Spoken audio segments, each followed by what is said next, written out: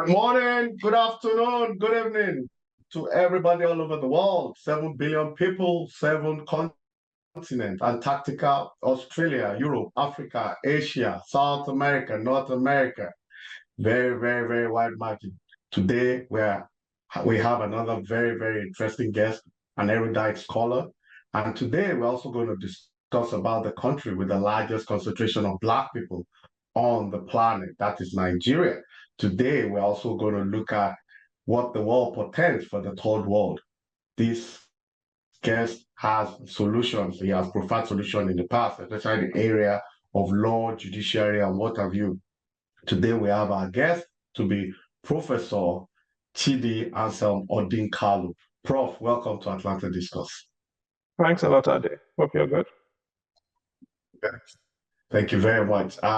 Our topic today is failed state, collapsed state, weak state, causes and indicators, Nigeria as a focal point. So let me just introduce Prof. I know a lot of you know him, but it will be fair not to just let you have a proper perspective of this person. Professor Odin Kalu is a professor of practice in international human law at the Fletcher School. Currently, chairs the Truth, Justice, Peace Commission, a transitional justice initiative established to address crisis, violence, and agitation in the state of the southeastern part of Nigeria. He previously chaired the Nigerian Human Rights Commission, served on the panel of eminent persons that negotiated the return of Gambia to the Commonwealth in 2017. Professor Odin Kalu has acted as counsel in international human rights litigation before African regional human rights courts and tribunals. I was involved in the creation of the African Court on Human Rights and People's Rights.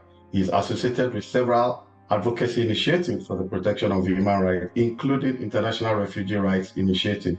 His research focuses on contemporary challenges of multilateralism in regional systems in development and human rights and governance. He is a co-founder of Too Good to Die, Third Time and the Myth of this Indispensable Man in Africa. That's in 2018. I think he co-authored that book. So Professor Odin Kalu, welcome once again to Atlanta Discuss. Thank you for having. Thank you. All right. So let's kick the ground running. So like the topic said, weak state, collapsed state. Can you, in your own words, explain to us, the difference between a failed state, a collapsed state, weak state, and possibly with examples of countries that are in existence today? Thank you, sir. That's somewhere between multiple PhD dissertations and multi-volume book series in international law relations and political science, and I'm not sure we have the time to go that way. Because there are classic definitions of states in international law, and I think that the language of state failure probably could be a little dated for my purposes. We can go into the disquisitions about why or why not. And I prefer to confine myself to the language of capable and incapable states. And I'll get to that in a moment. A lot of people talk about Somalia as the classic example of a failed state. But even when you get to Somalia, now you'll see that Somalia has one boundary, but two countries. There is Somalia and there is Somaliland. Somaliland is not recognized as a state in international law, but for all practical purposes, it is treated as one. It holds elections, it has a president, and international observers go to observe its elections. Things are working in Kismayu, and yet it is officially part of the so-called failed state of Somalia. And by the way, Somalia has been admitted in the last 10 days into the East African Community. The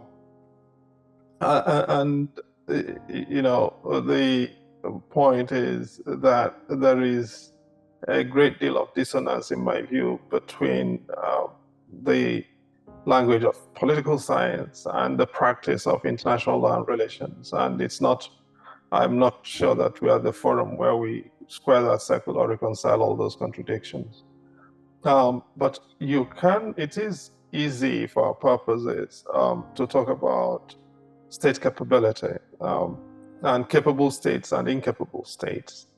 At one end, a capable statehood, of course, envisages positive and negative dimensions. A state has got to be able to provide for its citizens.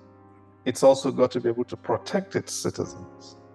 Now, some states do that better than others. And so on the continuum of provisioning and protection, some are more capable than others. It's easy to give examples, but when you look at the African continent, you will see that there is that particularly capability and provisioning is also calibrated with reference to resourcing. And so when you look at a country like the one that you and I come from, which actually has a considerable wealth of resources, but is, however, unable to provide for its citizens or protect its citizens, Nigeria would rank low in my books in the stakes of state capacity. But a lot of Nigeria's incapacity is self-inflicted. And a lot of our state incapacity across Africa is self-inflicted, because if you have politicians or rulers of a country extracting billions of US dollars or diverting them, or not being willing to deliver the services that they've been contracted to provide, either by themselves or through their nominees, then that is state incapacity that can be cured. And that's, I guess, is the only positive thing about our own kind of state incapacity. Interesting. So, based on your definition of incapable and uncapable, Nigeria seems to be capable, but is acting like an incapable state. No. I actually would say potentially Nigeria should be capable, but unfortunately we have hobbled ourselves, yes. And we have made a habit. We've made a habit of hobbling ourselves. All right.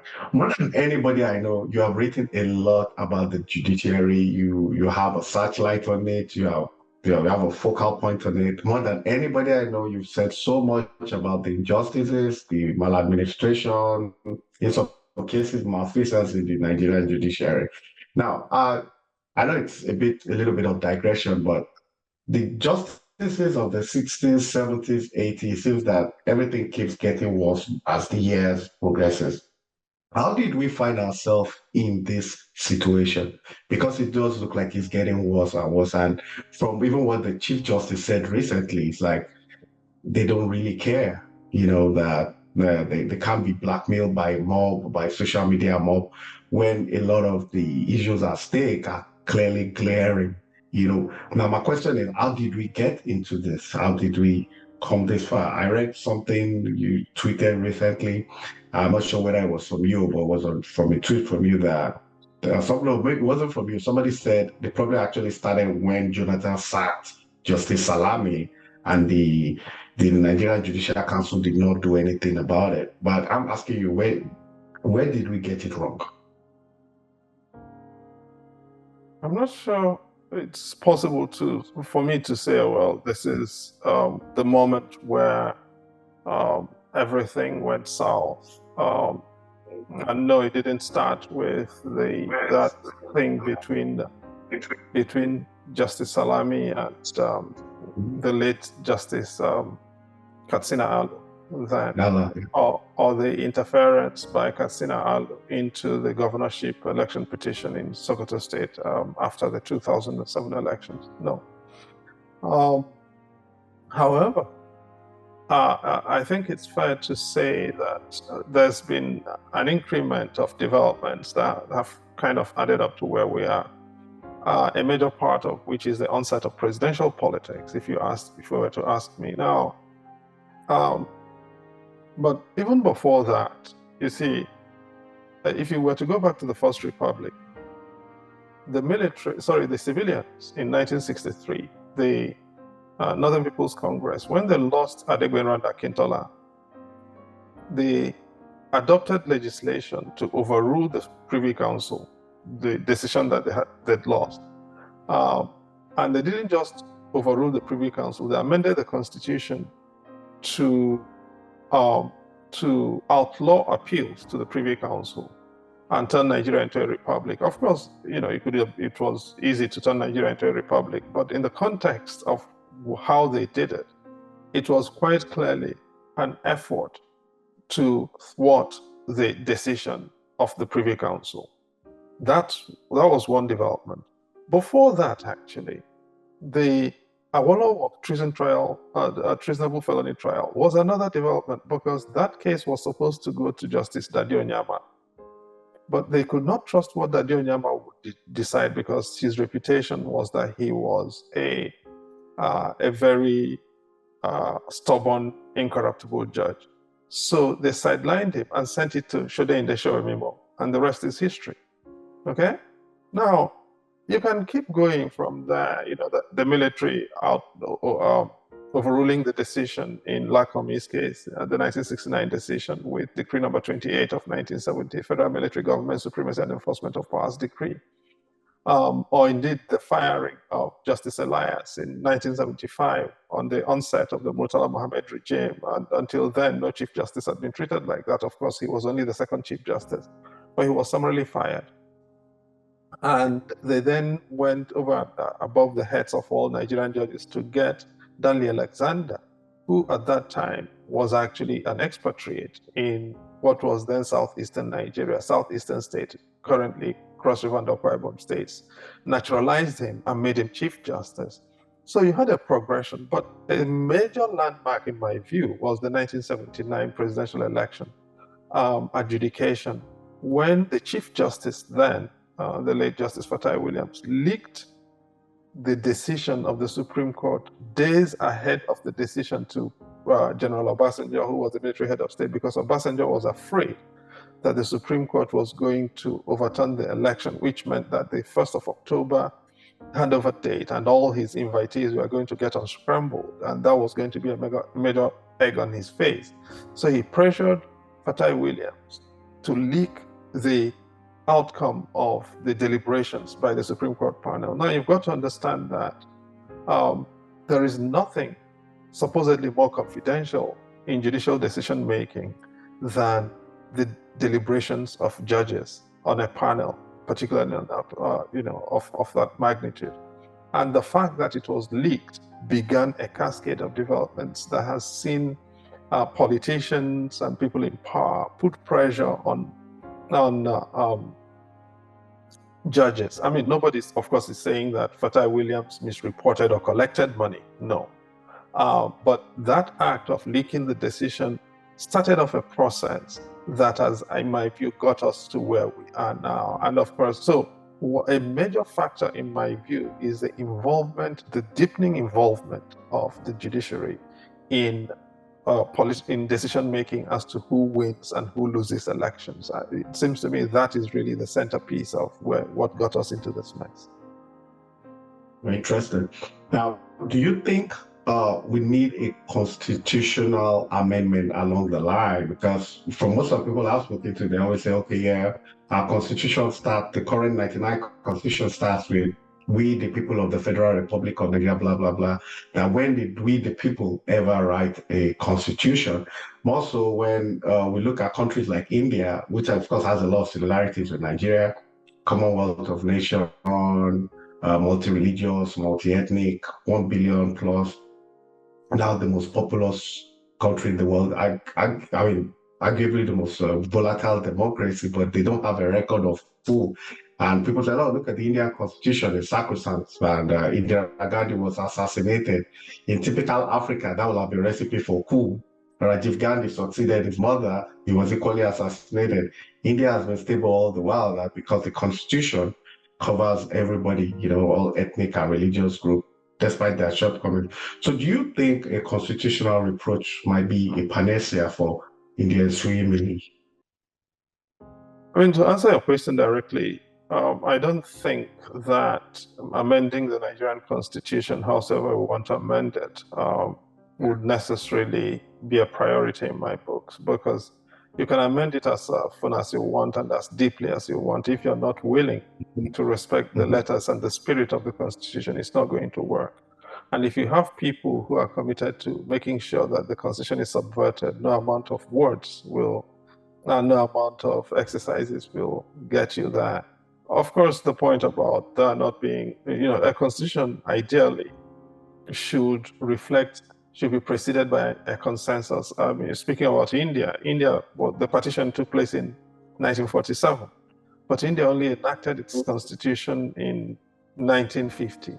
It took India 3 years to go from independence to a constitution. And during that time, Dr. Ambedkar led a process of trying to help the country build a consensus around the issues that would define its constitutional values. And so since 1950, India's constitution has held firm with modest amendments and, of course, with judicial guardianship. You cannot say that about Nigeria. We don't have any agreement that precedes a settlement amongst the nationalities, the 389 or thereabouts nationalities and 500 and odd ethnic and language groups in the country. We don't have a settlement as such to underpin our constitutional model, and that can be problematic, quite clearly. But do we necessarily, amending the Constitution, I don't think is going to necessarily address that problem. And just to give you another example, the 2022 Electoral Act, a lot of us made noise about it and all of that. It has been totally subverted by INEC. It has totally been subverted by the judiciary and by the politicians. And so no matter how fantastic the piece of legislation you want to write is, if people are committed, particularly its operators are committed to laying it to waste, I don't think anything is going to work. That's very sad. Two people I think you know, maybe not physically, but at least you'll have heard of them. I'm sure you know Professor Nwankobia. He said his solution to all this is that we should put pressure on the current legislature, irrespective of whatever party or divide, to enact more laws and make sure these changes are enforceable. The other person is Dele Farotimi, whose opinion was that we cannot vote out or vote in the right things to do, that the solution is, he didn't mention what the solution was, but he did say that it's not going to come from people voting, which clearly is some indication that despite the 2022 electoral amendment, nothing was enforced. But Nwankobia, on the other hand, is saying that, look, if you pile pressure on the current National Assembly, they can make things happen. Now, here at Atlanta Discuss, we don't agree with Nwankobia. Dele Farotimi was not clear-cut, even though he believed the election will solve it, but he didn't give a solution. So I'll put it to you, in all the situation we have now in Nigeria, it's clear that Nigeria is not just behind schedule, it's spiraling out of hand.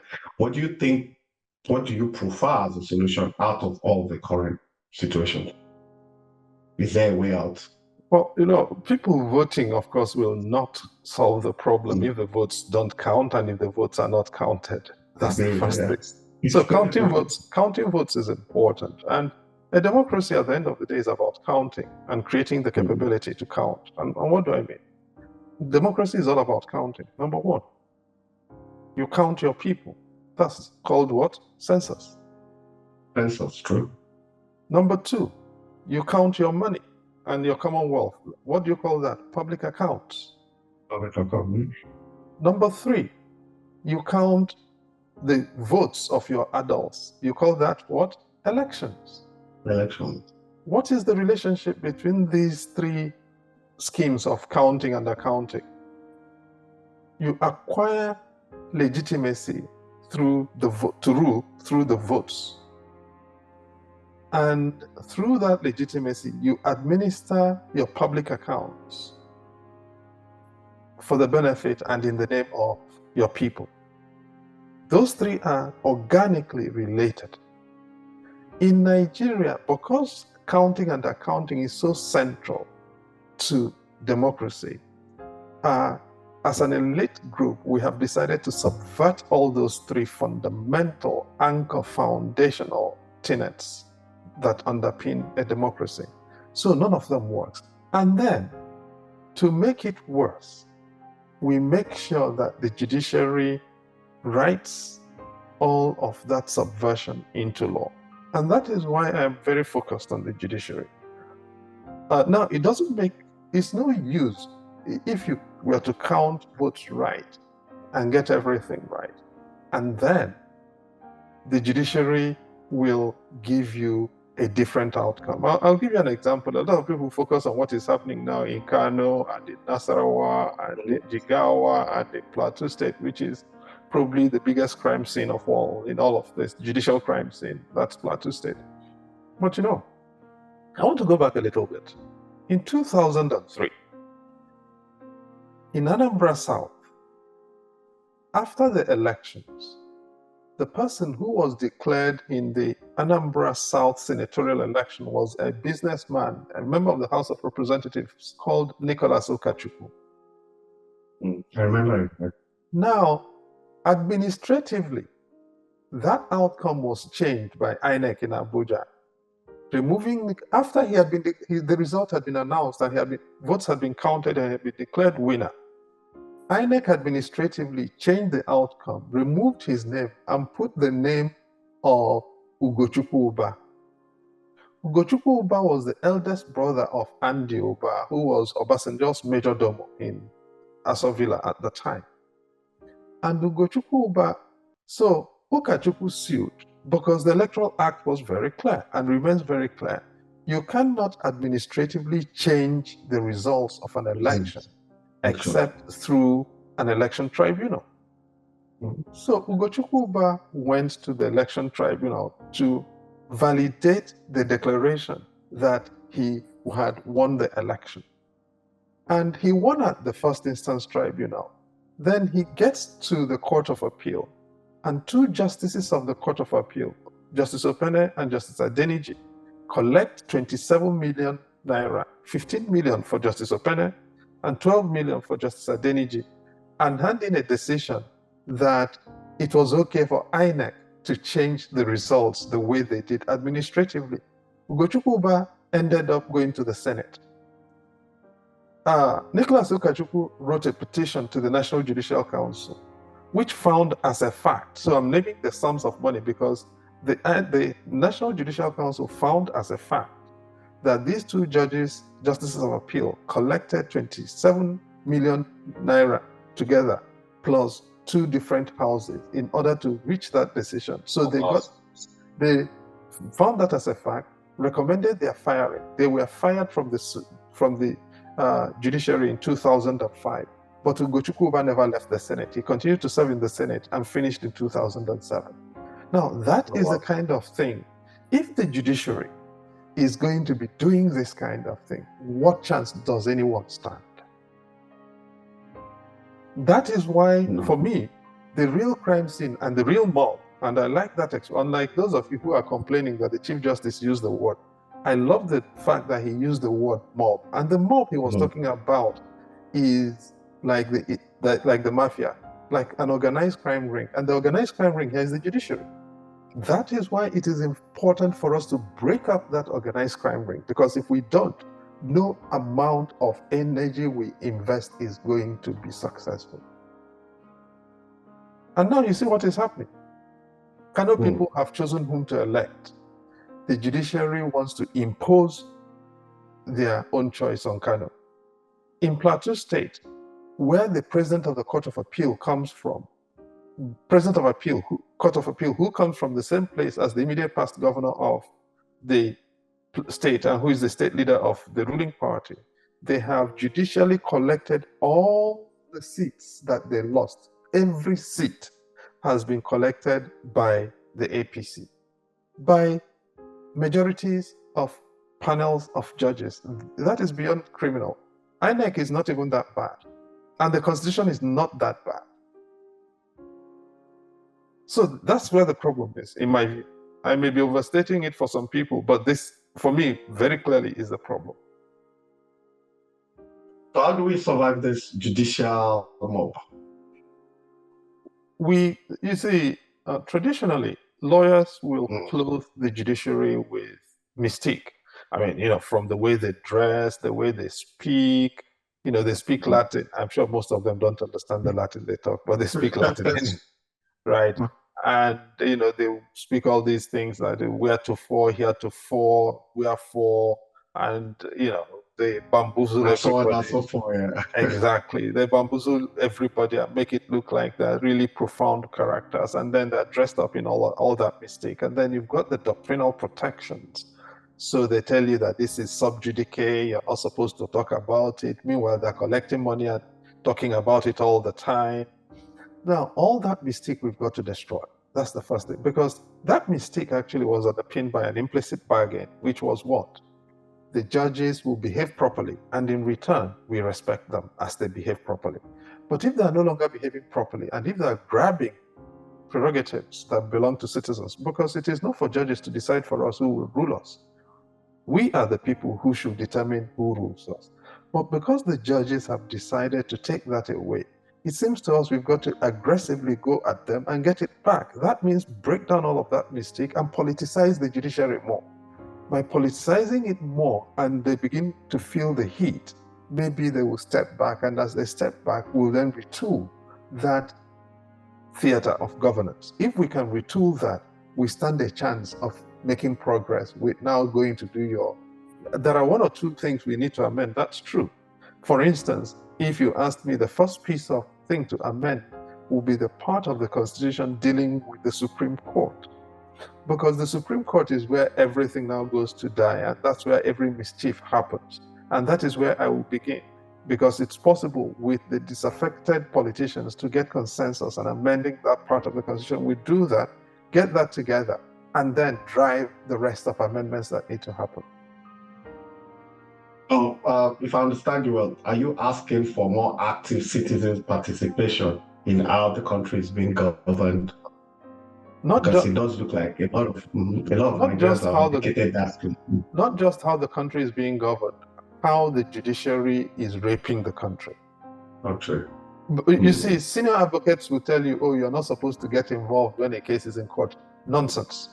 We shouldn't just get involved. We should make, you see, I'll give you an example. Okay?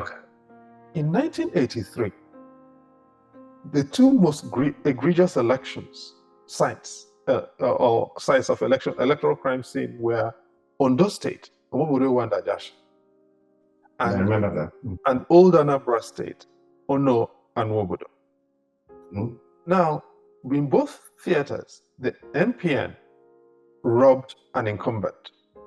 In Ondo State, they robbed the Unity Party of Nigeria of Michael Ajashi. In Old Anambra State, they robbed the Nigerian People's Party of Jim Wobodo. Right? Now, those two cases ended up before the same panel of the Supreme Court, essentially. In Wobodo and Ono, Justice Aniagolu recused himself because he knew the parties. But essentially, it was the same panel. But the verdicts were different. And the issues were the same, but the verdicts were different. What made the difference? In Ondo State, the people of Ondo State decided that Omobore was not going to live in the state. They were going to wipe out everybody if he tried. They will wipe out his family. They will wipe out anything associated with him and anybody who supported him. In Anambra State, the people went to the markets because the market was more important for them. So when the Supreme Court decided, it nullified the NPN rigging in Ondo State and upheld the NPN rigging in Anambra State. So Ono became governor of Anambra State, but Omobore was turfed out and Ajashi returned as governor of Ondo State. It tells you something. Judges are not fools. If they keep getting away with their own form of rigging because citizens are signing out and not involved, they will continue to perpetrate worse. But if you tell them that if you mess around with us, you will pay dearly for it, they will step back. Again, you saw that with Andrew Uba trying to install himself as governor of Anambra State in 2007, despite the fact that Peter Obi's tenure had not expired. And when Chukwuemeka Odumegwu said, if PDP tried to impose Andrew Uba on the state, the state would burn and go to war, that there would be civil war outbreak in Anambra State. The judges pulled back, and the Anambra people were mobilizing to run the Oba brothers out of the state. We've got to get to that point. We can no longer sit down and expect judges to be gentlemen. They are not gentlemen and ladies. So we should not be doing gentle citizens, not any longer. Interesting. Now, based on the two examples you gave, Ondo and Anambra, I'm very vast with the Ondo scenario. I'm not too knowledgeable about the Sisi Onowobodo case, but I know that it was as a result of that 83 election, the fracas in Ondo and all that, that brought the military into power. That's one of the reasons the military had to come in eventually, because based on the Shagari result of 83, Shagari had 47% of total vote cast. The current incumbent in Nigeria, has just 37%. And my argument here is that nobody had 47%, which wasn't even a pan-Nigerian mandate at that time. Now we have something that is even lower than that, which gives very little room for bragging right. But there's overwhelming consolidation going. Now, if the people do not react like they did in Ondo, and possibly there's no response from the military. Some people have been saying all sort of things, which I know is not impossible with the way Nigeria is going. Now, how is there any other way out of all this? The citizens' office has been abdicated. The military probably doesn't do anything. Is there any other way around it? Will Nigeria just continue to sink and sink? Because we be lying to ourselves if we say we're all happy with the way things are right now. No, clearly people are not happy, but I also don't think people have abdicated as such. There's a lot of hunger in the country, and hunger is the primary mechanism. Impoverishment is the primary mechanism now of government, and so everybody has been reduced to beggarliness. And so people are retooling to be able to make themselves capable enough to withstand, the primary preoccupation of most people right now is to be able to feed their families, feed themselves, and take care of their basics. And you can't really quarrel with that. But going back, I don't think Ondo State was the reason the military came back in 1983. That was a mix. Sorry, my word should have been catalyst. Maybe it was the catalyst. Yeah, okay. Maybe not the primary. I mean, the context was also quite difficult. If you remember, I think the political economy, I think, was probably the biggest factor. Between 1979 and 1983, Nigeria's GDP shrank by about 38–40%. Oil prices went down, production went down. Of course, there was corruption with Umaru Dikko and the Rice Armada. And as a result of, and Nigeria was also paying off debts from the Cement Armada as a result of the judgment of the Court of Appeal in England in 1977 and the sequestration of its assets in different parts of the world. And so by the time we got to 1981, Shagari had declared austerity, if you remember. At least if your memory goes that way back. And with austerity came popular disaffection. Nigeria was having a massive balance of payments crisis. And on the back of all of that crisis, there was the NPN rigging. Yes, now we say that it was 47% indeed that Shagari won, or was credited to Shagari at the time. And with a first past the post system in which there were 6 candidates, that was a very significant pool of votes. If you compared to what he came to power with in 1979, and that was called a landslide, if you remember. The NPN landslide. And some even call it a moonslide. A moonslide, exactly. Now that it was the manner of that moonslide. Which was supposed to have swept away the 2 states that I mentioned. I think that ultimately, together with the economic context of a rapidly shrinking economy and a terrible balance of payments situation, that ultimately brought the military in. The military, of course, came in believing they were going to be able to fix the balance of payments situation, but Buhari's efforts to negotiate with the IMF and the World Bank didn't pay off. And then Babangida came in and played politics with the IMF and World Bank, said, okay, we'll implement structural adjustment, but we'll not take their debts. Since then, we've been spiraling. We have been on a spiral for 40 years since that. This is the story of how Nigeria is where it is now. So there is, again, an organic link in time and consequence between those issues, those developments then. That it's unfortunate that nobody teaches our children. It's only recently that history has been restored to our books. And of course, nobody is going to be teaching them contemporary history. They'll be going back to the history written by the white people about our country. And that I think is part of the problem. That we do need to encourage memory, political memory, among our younger people, among our children. People who, if younger people had political memory, maybe the debacle of putting Buhari in power would have been avoided. But we're where we are, so we've got to settle for. We've got to also live with the consequences of the choices that we've made. Unfortunately. Now, still on the judiciary, there are two cases I just want us to look at. I mean, you with a legal background, I just want you to explain some things to even me, because I'm a bit confused. I'll start with the Kano case, the appeal court judgment, where what was read out was totally different from what was in the certified true copy. And recently also the Supreme Court judgment, that's Peter Obi, Labour Party versus INEC, federal government, Tinubu and what have you, where judgment was read. Until today, we do not have the certified true copy. Now, I know you have you've read about all this. Then what's actually happening there? In the case of Kano, what will hold sway? Is it the verbal judgment or the CTC? Or in the Supreme Court case of Peter Obi versus all the other parties, where a judgment was read, until today we do not have a CTC. Is it fair in the Obi's case to say we even have a judgment when we do not have a certified true copy after so many weeks? The distinction, at least in law, that I was taught, is there are two kinds of courts. There are subordinate courts and there are superior courts of record. Superior courts of record begin from the High Court, or courts of coordinate jurisdiction with the High Court. So the High Court, the National Industrial Court, the Customary Court of Appeal, the Sharia Court of Appeal, the Court of Appeal, and the Supreme Court in Nigeria are all superior courts of record. Now, why are they courts of record? Because what governs is their records, right? They're not courts of oral tradition. They're not customary courts. So the records control everything.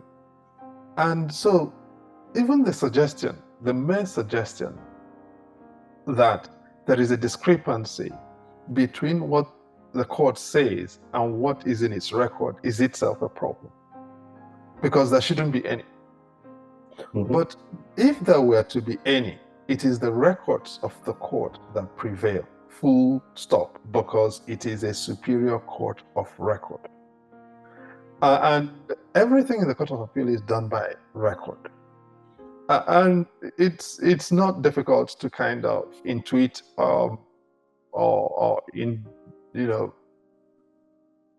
arrive at through a process of induction what may have transpired in that particular judgment. But it is just not possible. And people are talking about clerical error. No court makes a clerical error with that kind of part of its judgment, because that actually is what the judgment is. The dispositions of a court cannot be the subject of an error. Yeah. Now, this is why I start off by talking about superior courts of record, right? You cannot have a Supreme Court give a decision without a record. The Peter Obi case does not have a judgment and will not have a judgment. It will not have a judgment because the Supreme Court is out of time and cannot write one. And the Supreme Court did not write a judgment on Peter Obi's case. And no, Peter Obi's case was different from Atiku's case. There was only one issue on which Peter Obi and Atiku agreed in framing their cases to the Supreme Court, and that was 25% at Abuja. Outside that, they argued two totally different cases. The Supreme Court knows this, and the Supreme Court knew this. That was why the court did not order for both cases to be consolidated, because if the issues were the same, the Supreme Court could have said, okay, guys, you are raising the same issues here, so why don't we consolidate and we'll hear both appeals as one case? It did not do that. at any point up to judgment, it could easily have done that. It did not. So it was deliberate on the part of the Supreme Court not to have issued a decision in Peter Obi's case, in my view, because the issues were a little intricate and delicate. And I suspect what happened was they did not want to set a precedent on such issues as what is the consequence of a criminal forfeiture of drug money. And because they didn't want to go down that route, they simply decided in the most duplicitous, and I'm being very charitable, duplicitous of manners by a court of record to avoid doing that. By the way, if any judge at a lower level did what those justices of the Supreme Court did, they will be fired. That is the standard practice of the National Judicial Council in all cases, disciplinary cases that have come before them. The Constitution requires that a court has got to deliver judgment within 90 days of final address. In Peter Obi's case, the Supreme Court did not provide and deliver a judgment within 90 days of final address and will no longer be able to deliver a judgment as the final court on the matter. In any other situation, the judges involved would have been relieved of their jobs. That's how serious the issue is. Wow, that's not good. So can Obi still seek redress anywhere based on this? Considering the Supreme Court is the final.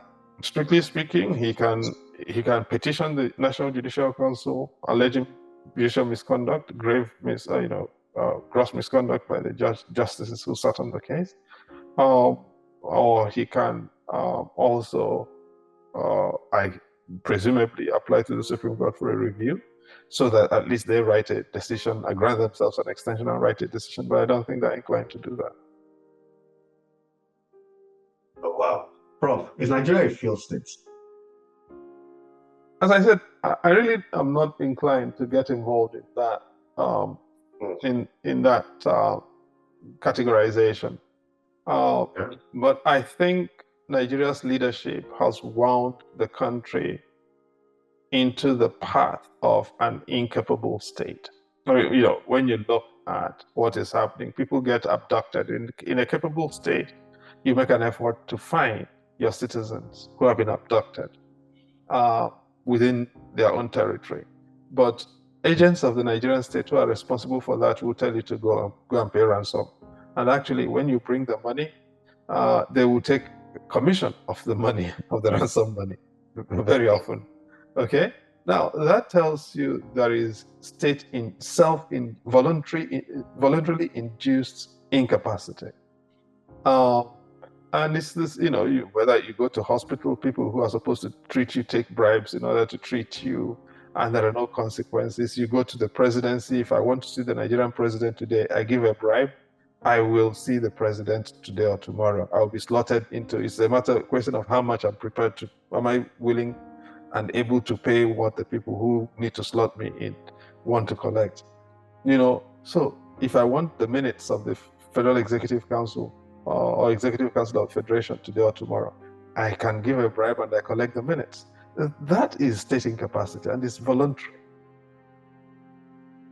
Wow. Thank you, Prof. Final question, Prof. I'm sure you've read, it's already in public domain. The president has issues relating to forfeiture, which the Supreme Court, like you rightly said, ignored or deliberately ignored. There's also issues of certificate forgery, bedeviling the president. Now, this president is clearly burdened by all these moral issues and what have you. Do you think that those issues are also bringing down the country economically, affecting everything going on? Do you think those are also issues? Because there's a moral issue clearly. Well, the moral issues, of course, go to legitimacy and authority, and political authority is directly calibrated to legitimacy. So yes, there are some dimensions to that we cannot get away from in that context, unquestionably so. But I think it's also a little more than that. The legitimacy questions are very substantial. Make no mistake about it. But in addition to the legitimacy questions, it seems to me also that we do have competence and capacity questions. You Yes. have all these appointments that are being withdrawn, competence, capacity, and priorities questions. Appointments that are being withdrawn, like the appointment of Kashim Imam's 24-year-old son to be the chair of the FEMA, the Road Maintenance Agency. And then they are discovering that, that would have been a mistake, or the woman from Kano who was also withdrawn from the ministerial list and all of that stuff. Now, presidential appointments should go through a process of vetting, and the fact that we're having this cascade, the regularity of failure on that front is itself evidence, in my view, of lack of competence or lack of attention to details. And then the priorities question is a major issue. First of all, nobody buys a Prado for 160 million. Okay? Absolutely not. That is more than over double. No. Okay? Absolutely. But so that's the first thing. But the second thing is that even in the years when we were awash with money and oil was selling at $120, $140 a barrel, staggering numbers, nobody bought a Prado for legislators. No, nobody bought a four-wheel drive for legislators. The most they got was a Camry. And people were even unhappy with that. So things are harder now, and money is sloshing around. We are buying presidential yachts. We are providing for these humongous sums of money for all the wrongest things. And people are going about standing on their mandate in the National Assembly at the defining moment for the exercise of parliamentary authority, which is a presentation of appropriations. So howsoever you look at it, the priorities are askew. The competence is in question, and attention to detail and due diligence is non-existent. When you add those three up, you end up where we are, on top of the legitimacy questions, which are very real and substantial. Well, yeah, because you said something about your mandate now. I was just going to put that in as my final, question, because the last time I saw anything close to people singing on your mandate in the National Assembly, because I studied a lot of Mobutu. I remember one video I saw when they were saying Mobutu, oh yeah, something like that. And they were so similar, in traits, character, format, and all that. And I was really worried that it does look like Nigeria is, sliding gently, even brazenly, into that one-party dictatorship-like structure. And if we fail to deal with this once and for all, we might just be another Zaire. Mind you, most of those bricklayers, plumbers that come from Togo, Benin to come and work in Lagos, because of the exchange rate between the CFA and the Naira, they started going back. Correct. Because the value is I remember some years back during Mugabe, I used to laugh with my Zimbabwean friends about the exchange rate of the Zimbabwean dollar. Today, the Naira is not any different from it. So we're not looking too good.